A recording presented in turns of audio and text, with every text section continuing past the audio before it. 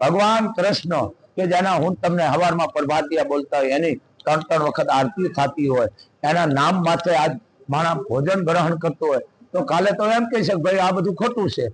એને લઈને અમને જેને કહેવાય કે પીડા ઉપડી છે મોટી, જેને રહેવાતું નથી, કારણ કે બોલવાની અમારી મર્યાદા છે અહીંયા. પણ આજે આજકાલના જે એના ગ્રંથો છે ખોટા, એને નાબૂદ કરવા માટેનો છે. 222 પુસ્તકો છે એના, એને જેને કહેવાય કે જે અભદ્ર શબ્દો છે એ નાબૂદ કરે ને હળગાવી નાખે. પણ આમાં આ નિર્ણય સરકારને લેવાનો છે.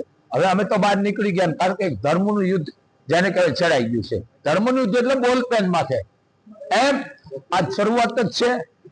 હજી તો બેહવાનો જ છું, પણ આનો નિર્ણય જે આવે એ તો મોગલ જાણે છે. પણ હું ચારણ છું કે હર ભજવું હક બોલવું દોનો બાતા વલ, એ નરને ઉતરે ની આઠો પર અમલ. તો અમારે બોલવું પડે, કારણ કે અમારા ચારણો મહાત્માઓ થઈ ગયા, એને એમને કીધું કે અમે ભગવાન છે. તમે વિચાર તો કરો, અમારા ઈશ્વરો પરમેશ્વરા કે જેને રાજપૂતને 12 મહિના ખેંચો કે હાંગો ક્યાં ગયો.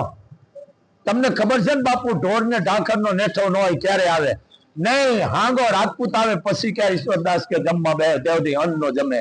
અને 12 મહિને પણ હાંગાને ધાબળા હદુકો ખેંચી લીધો. આ ચારણની તાકાત છે. એને પણ એમ ન કીધું હું ભગવાન છું.